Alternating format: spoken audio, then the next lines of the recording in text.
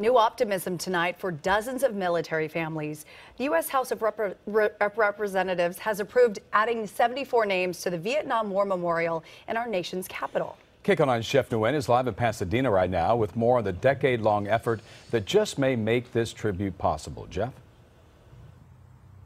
Jeff and Suzanne, this is a memorial to the Vietnam War, and it honors the service members from Pasadena who made the ultimate sacrifice in that conflict. Well, tonight there is renewed hope in an effort to add dozens of names to the memorial in Washington, D.C.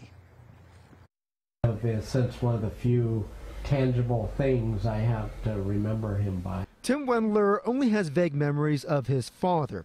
This is a picture of him with his mom and dad. It's only one of two photos in which father and son are seen together. I was only 2 when he was lost, so I just really never knew him. You see, Ron Thibodeau of La Habra was among 74 American sailors who died when the USS Frank E. Evans went down during the Vietnam War on June 3, 1969. It was accidentally struck by an Australian aircraft carrier off the coast of Vietnam. In 2014, we spoke to Pete Peters of Redondo Beach, who was a survivor. Very vividly, I remember the carrier actually went through the forward wall, the forward bulkhead. A lot of the guys thought they were dead. I did. I thought it was dead. Peters and Wendler have been working with Pasadena Congressman Adam Schiff for years to get the names of the 74 lost sailors added to the Vietnam War Memorial in Washington, D.C. This week, the House of Representatives passed an amendment to the National Defense Authorization Act to do just that.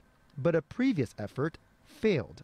Because it was outside of an officially defined combat zone. An association that honors the lost sailors says the passage of the amendment is a tremendous milestone. There's already a memorial to the USS Evans in Long Beach. But Tim Wendler says his dad's body was never recovered. Still kind of an open wound for all of us, and to have our country say, yes, we remember these 74 men, I think helps bring that closure. The effort to add the 74 names now goes to the Senate. Each June 3rd, on the anniversary of the accident, the crew of the USS Evans is remembered in Long Beach, which is its home port. Now back to you.